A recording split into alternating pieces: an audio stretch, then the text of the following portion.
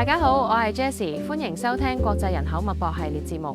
曾經被預期可以享人口紅利嘅印度，如今面臨新挑戰。聯合國喺2025年嘅世界人口狀況報告中指出，印度生育率已經跌到1.9，遠遠低於世代交替所需嘅2.1。呢個唔單止係歷史性轉變，亦都引發咗對印度人口紅利可能喪失嘅擔憂。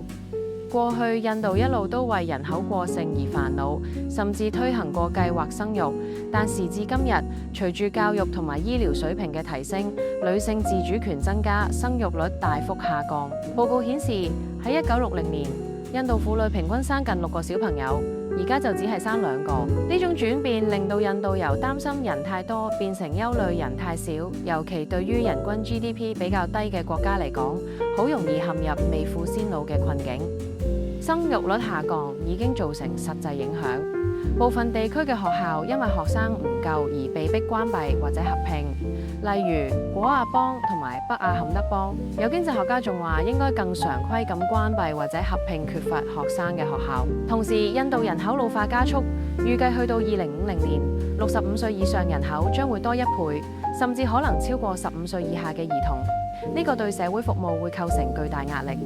雖然印度嘅人口問題仲存在區域差異同埋性別不平等等等嘅挑戰，但係根據聯合國估計，印度勞動年齡人口嘅膨脹預計將持續到2055年。呢個就為印度提供咗一個可以加速經濟收益嘅機會。